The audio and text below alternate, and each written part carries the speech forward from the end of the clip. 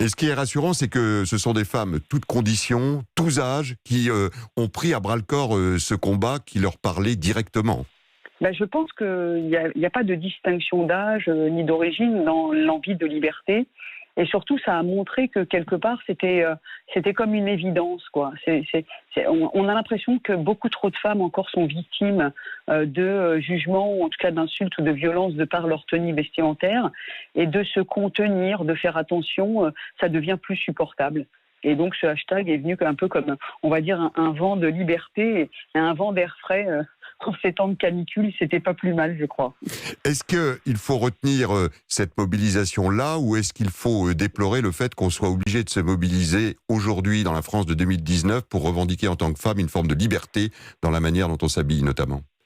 Bah, les deux, parce que ce qui est hallucinant, c'est qu'aujourd'hui, en 2019, alors qu'on aurait dû progresser vers cette liberté, en avoir encore plus, on doit plutôt s'occuper de récupérer celle qu'on a perdue, celle de pouvoir se mettre en short, celle de pouvoir se mettre en robe, et partout, et dans n'importe quelle circonstance.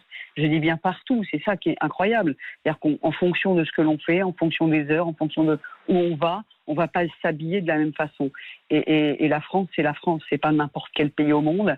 C'est un pays qui a connu des combats, c'est un pays qui a mené des combats.